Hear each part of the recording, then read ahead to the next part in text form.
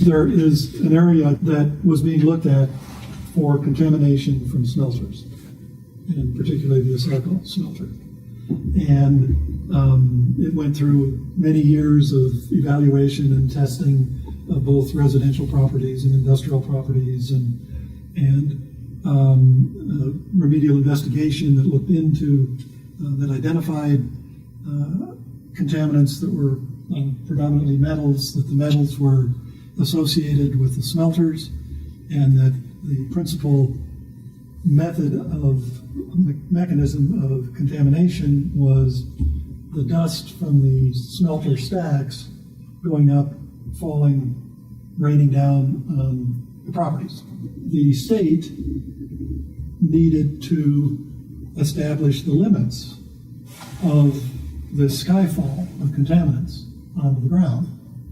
And so CDPHE, the state, came across the river into Elyria to spot check yards in Elyria to see if they had the contamination that was across the river right next to the smelter. And they came up with some astonishingly high concentrations of arsenic and lead in some of those neighborhoods. And they went, holy cow, this stuff isn't just at levels that will damage you if you live in that yard for 20 years. This is stuff that will damage you this afternoon. There was danger of acute arsenic and lead poisoning. So they prevailed upon US EPA to come in for an emergency response.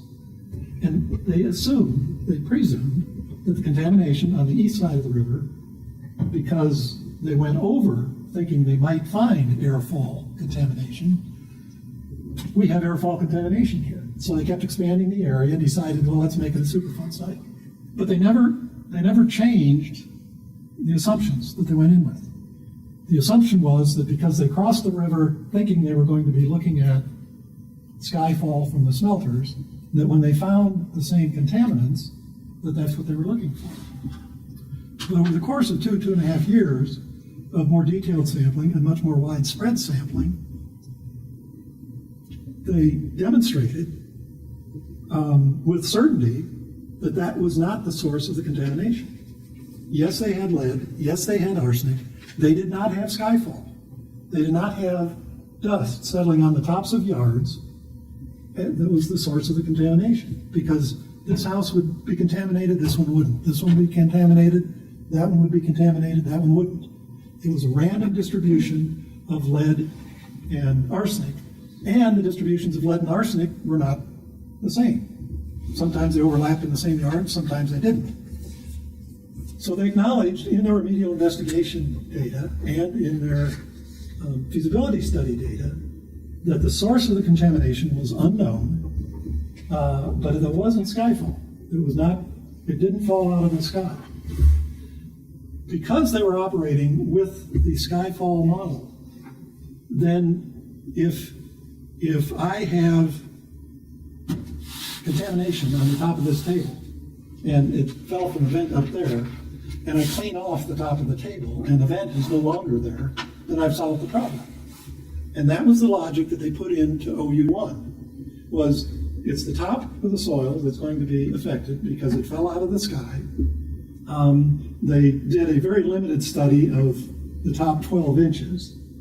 And in the top 12 inches, more times than not, but not universally and not even overwhelmingly, the highest levels of contamination were in the top 2 inches. So these thousands of properties that they tested, they looked at the top 2 inches, and that was it. Nothing but the top 2 inches of the soil, because it was dust from smelters that fell on the ground. And so all we have to do is scrape this dirt off the top of the yards, put cleaner dirt back on top. The problem is permanently and irrevocably solved. And that is what OU1, those were the assumptions that went into it. Those assumptions drove the exploration. They drove the remediation. Unfortunately, their own data showed that those assumptions were not valid. And it's the nature of contamination that contamination from deeper in the ground does get to the surface of the ground. There's all kinds of ways that happens. It happens biologically, it happens chemically, it happens through human activities. And just because you're seeing contamination at the top of the ground doesn't mean that's where the contamination was set. It could be deeper in the ground and have been brought up. That was never evaluated, never looked at. The random distribution is the key to what OU1 should have led to a redefinition of OU1, because that 4.5 square miles largely corresponds to what at one time was the Montclair drainage basin. It was a Montclair Creek Valley. And that, starting in the early 1870s, was filled up to the level we see it at today. At the very edge of the fill, it's 2 inches or 0 thickness. But in the core of that valley, it's probably 20, 30 feet thick. Essentially, you had a valley flowing through North Denver to the Platte River. There was a creek running through it. It was a dry creek. It flowed when it rained, for the most part. But it has alluvial sediments, creek sediments under it. But it's a dish shape flowing to the Platte River. When the railroads came in, they came right across this valley, and because it wasn't a continuously running creek, most times of the year it was dry, and because it had good permeable sediments underneath it, they just built their railroads on a big berm across that creek valley, and let it, when it rained, it would back up water like a dam, but it would soak into the ground, go under the railroad tracks and to the South Platte River. But now you had a swampy area that was not good for much of anything. So in order to make it good, Joe's got a wagon load of dirt that he dug a basement with, and he hauls it down here and dumps it. And through the generations, this area that was Elyria, Swansea, Cole, Clayton, got built up to the level of the railroad tracks. So if you look out behind the building here, this lot is basically the same elevation as the railroad tracks out there. And then you can build your storm sewers, and you can build your sanitary sewers and your roads and everything all at the same level. But in the areas south of those railroad tracks that were put in the 1870s, they are at that level not because they were that way naturally, but because stuff has been brought in and dumped.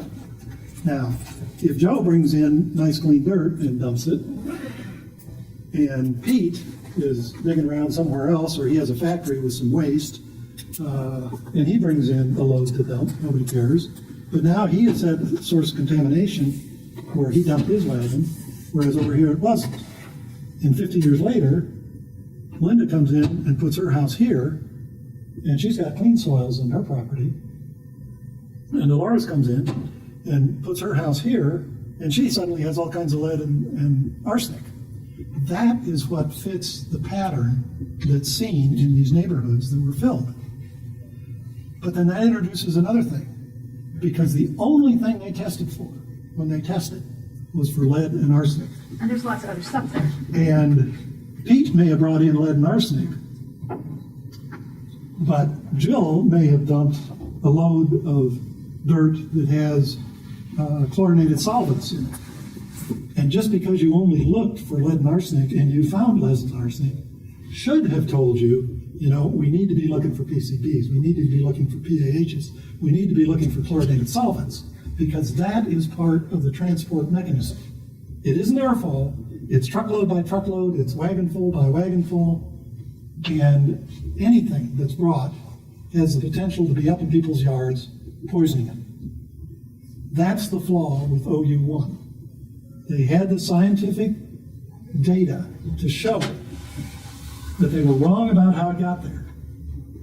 But the sad thing is that while the remediation that they put in would have been appropriate if they'd been right to start with, and it would have been basically a safe program, properly instituted, and because they didn't back off, take their blinders off and see the bigger problem they had in front of them and start looking for contamination at depth and start looking for more contaminants at the surface, shutting down OU1 and implying they accomplished anything is horribly counterproductive for these communities. Superfund usually puts the cancer rates that are acceptable as somewhere between 1 million, one cancer in 1 million people, to 1 cancer in 10,000 people. So depending upon a Superfund site, you could be being protected 100 times as much on one Superfund site as another Superfund site. And they chose the 1 in 10,000. So if you're going to accept 100 cancer cases per million people instead of 1, then you can allow more of the poison in the soil. So that's one thing that pushed that number up, is using 1 in 10,000 instead of 1 in 1 million. It's sort of arbitrary, isn't it, Chuck? It's what the community will bear. Therein lies part of the other complexities that go into it. Throughout the country, if you look around, there are differences in the communities that get 1 in 10,000 as opposed to 1 in 1 million. That's what the designation of environmental injustice is supposed to address. Our own health department has said arsenic levels at backgrounds is generally about 11 parts per million. They accept that in Park Hill. Here they accept it's 70 parts per million, not 11. I worked on a Superfund site in Indiana. The size of the buildings, size of the homes are about the same. The size of the lots are about the same. The complexion of the people is substantially different. And at 70 parts per million, there they were hauling away the soils and bringing in clean soils, whereas here it was perfectly fine to leave it. I'm not sure they weren't even using time-critical removal at 70, whereas here it was no action.